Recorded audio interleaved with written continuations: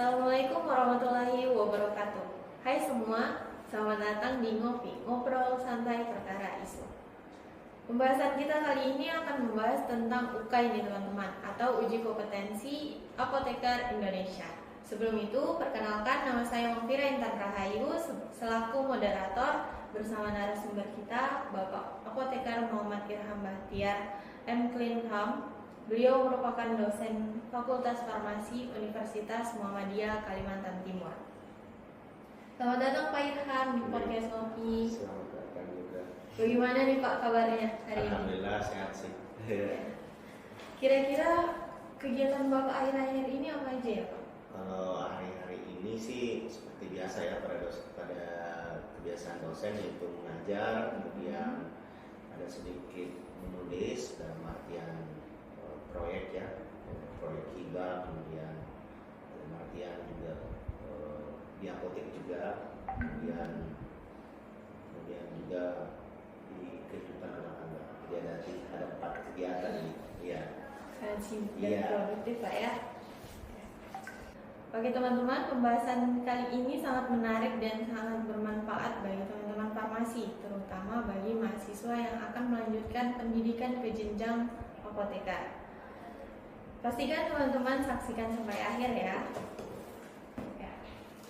Sebagaimana yang kita tahu bahwa isu UKAI ini kemarin sempat panas tentang tidak adanya regulasi atau aturan yang jelas mengenai standar kelulusan, sehingga menyebabkan banyak yang gagal lolos UKAI, mengakibatkan banyak juga pengangguran nih Pak.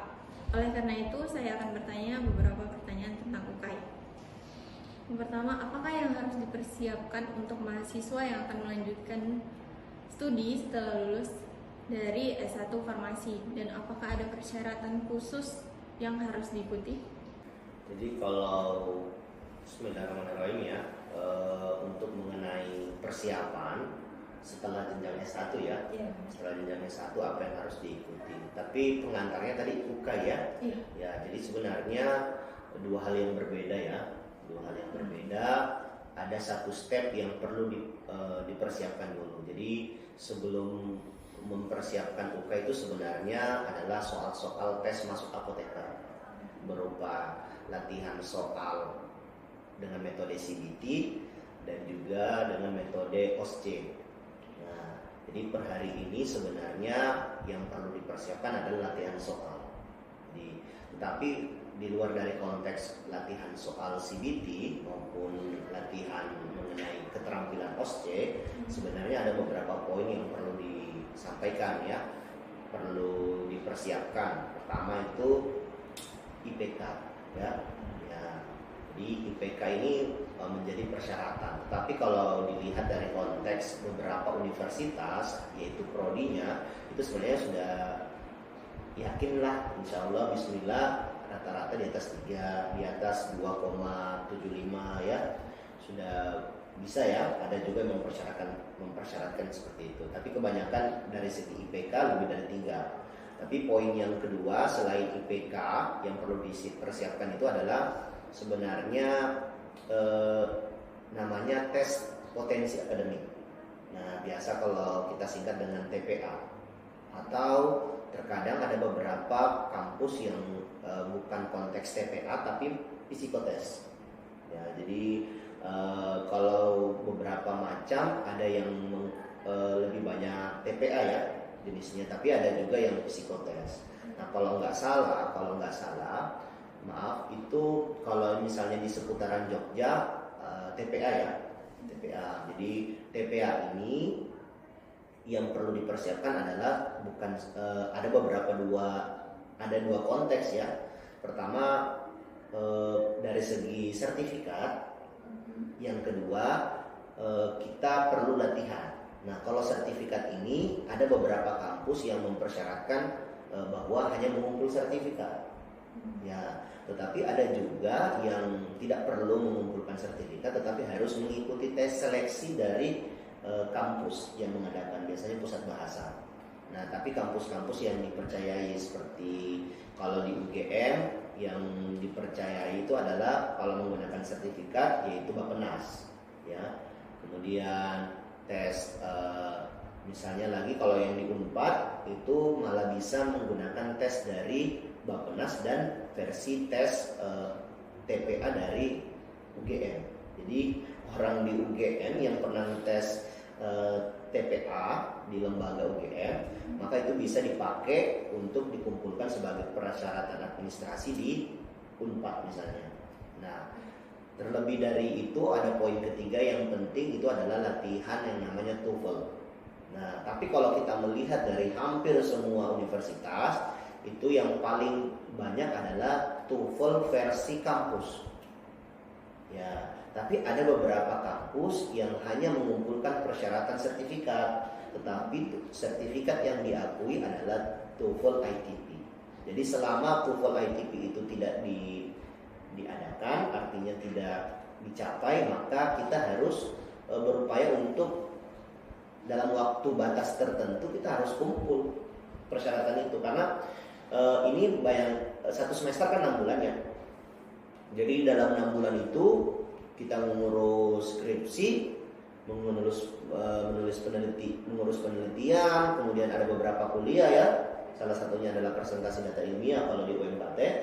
Kemudian ada beberapa mata kuliah yang seperti kalau di klinis namanya farmakoterapi terapan, itu masih didapatkan di semester 7. Kemudian kita membagi waktu di kehidupan sehari-hari juga. Jadi 6 bulan itu harus gencar-gencarnya latihan soal. Itu pertama, ada 3 latihan soal. Apa tadi? TPA, TOEFL, kemudian pembahasan soal-soal tes masuk apoteker ataupun OSCE. Ya, jadi ada 3 pembahasan tersebut.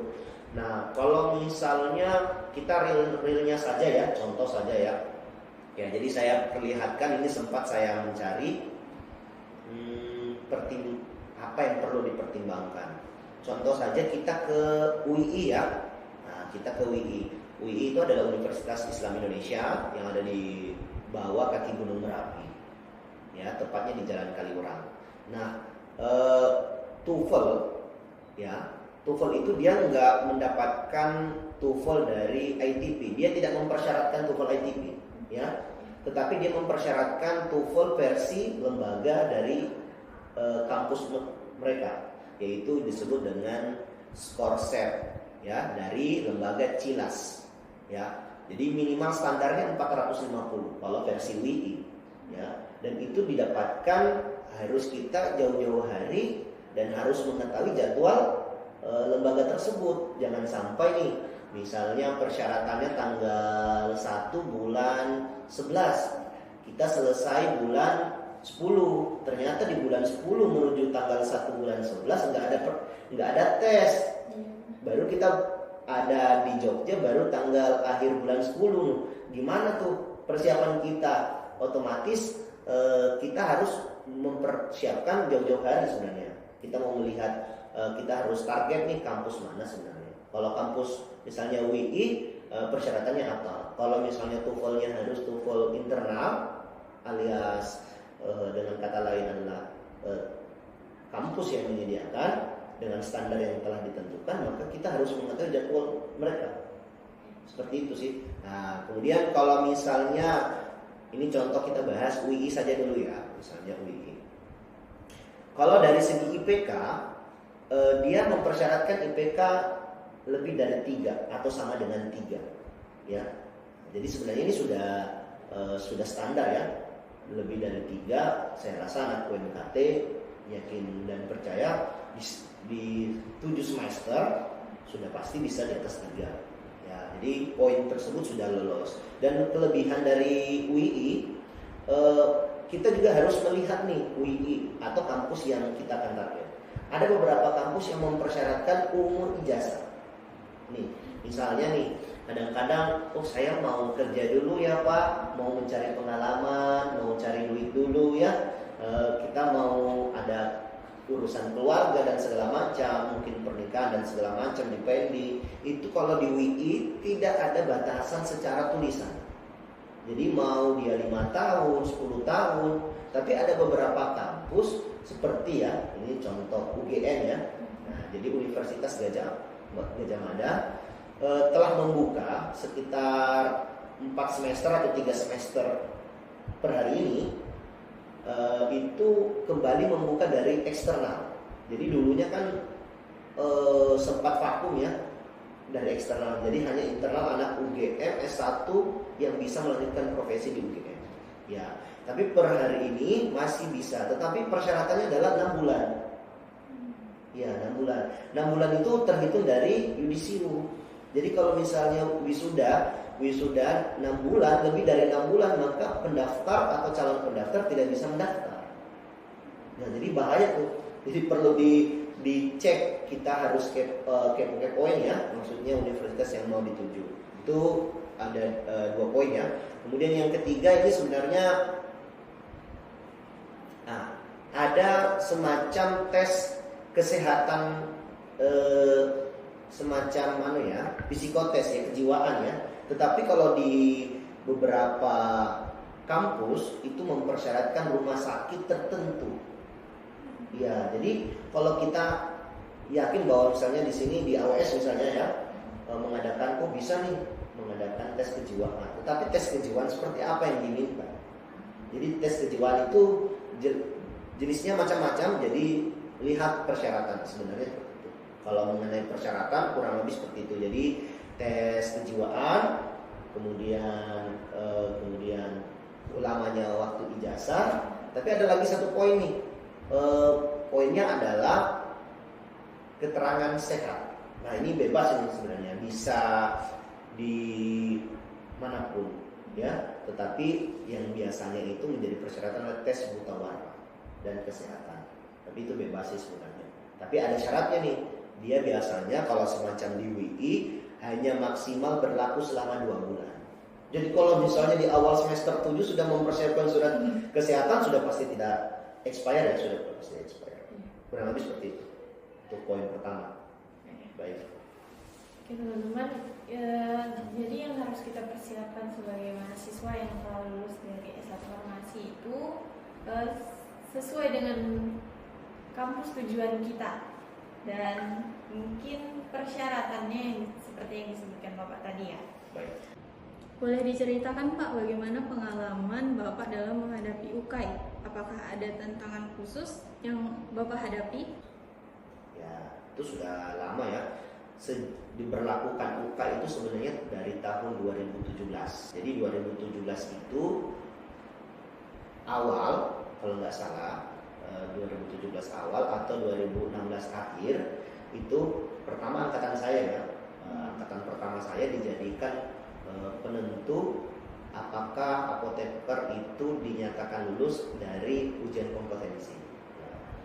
Waktu itu standarnya 46,5 atau 45-an, sekitar angka 40-an. Tapi per hari ini sudah jauh ya, sudah di 17 sampai 2023 itu kalau nggak salah itu terakhir tryout nasional ya, seluruh Indonesia itu mendapatkan skor 52,5.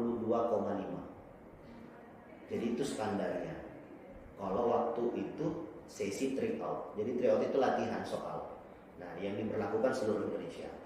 Bagaimana UKAI berhubungan dengan lisensi praktik apoteker? Apakah yang terjadi jika seseorang tidak lulus dalam ujian tersebut? Nah, tetapi jauh dari pertanyaannya Ade, bahwa bagaimana pandangan secara umum tes UKAI ya. Nah, sebenarnya isu ini sebenarnya saya tidak punya kapasitas besar ya, tetapi secara pribadi saya melihat kondisi yang ada itu sebenarnya sudah bergejolak di tahun 2022 ya, 2022 akhir kalau nggak salah. Kemudian bergejolak lagi sampai 2023 ya, awal sampai pertengahan. Nah, tetapi ada beberapa sudut pandang dari masing-masing pihak ya. Misalnya dari pihak mahasiswa yang berstatus mengambil studi profesi apoteker. Nah, jadi di standar UKAI itu sebenarnya kan sudah ada ya, tapi ada beberapa keputusan yang mahasiswa itu dinyatakan tidak lulus. Bagaimana nih Pak pendapat Bapak tentang pelaksanaan UKAI di Indonesia saat ini? Baik, sebenarnya ini saya hanya bisa menjelaskan secara umum ya, karena pertama dari segi program dari fakultas belum terbuka. Jadi kita ini adalah Fakultas Farmasi Universitas Muhammadiyah Kalimantan Timur telah mendapatkan akreditasi baik ya. Jadi sehingga kita lagi menyusun untuk penginputan pengajuan prodi apoteker. Nah, jadi kemungkinan besar 1 tahun atau maksimal dari 2 tahun per tahun 2023 akan terbuka prodi apoteker di UMKT. Kalau pandangan saya mengenai UKAI per hari ini sebenarnya baik ya, dan itu sebenarnya tadi saya bilang lagi ada beberapa sudut pandang dari berbagai pihak. 4 pihak yang bermasalah. 1, dari pihak mahasiswa yang berstatus tidak lulus, ya, mempertanyakan bagaimana nasib dari status mereka. Yang kedua, ada dari pihak yang namanya disebut dengan organisasi perkumpulan apoteker di Indonesia, namanya IAI. Jadi di pengurus pusatnya namanya PPIAI. Ya, itu dipertanyakan di PPIAI. Yang ketiga, ada pihak yang namanya dengan KFN, Komite Farmasi Nasional. Nah, ada lagi yang namanya Panitia Pelaksana Ujian Kompetensi.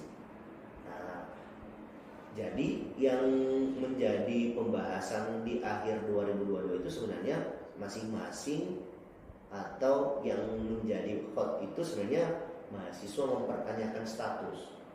Sebenarnya seperti itu. Mempertanyakan status ini gimana, karena ada beberapa polemik. Contohnya misalnya pembayaran, ya, pembayaran yang notabene ada beberapa kampus yang sudah melakukan ujian dengan status tidak lulus, kemudian membayar kembali dengan biaya yang mungkin mahasiswa menjadi pertanyaan dan keberatan.